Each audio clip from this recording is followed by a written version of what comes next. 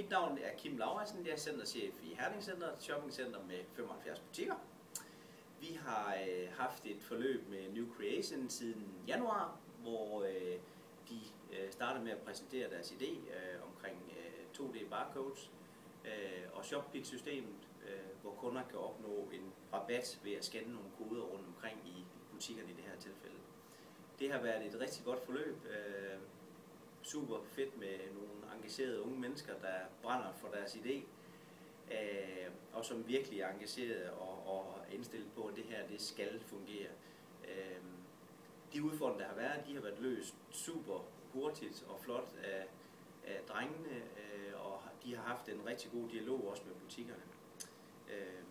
Og det er vigtigt, den del af det, at man får det sidste ført med, at dialogen til de brugere, der nu er, at den fungerer ordentligt. De kunder, der har skulle downloade applikationen, har de også haft en rigtig god kontakt med på en sjov og humoristisk måde for både dem, der kendte til 2D barcodes, og ikke for dem forklaret, hvordan det hele hænger sammen. Det er lykkedes dem at få 55 butikker med på den her idé ud af de 75. Jeg sagde til dem, at de skulle være glade, hvis de nåede de 25 butikker med i den her. Så det synes jeg faktisk er rigtig flot.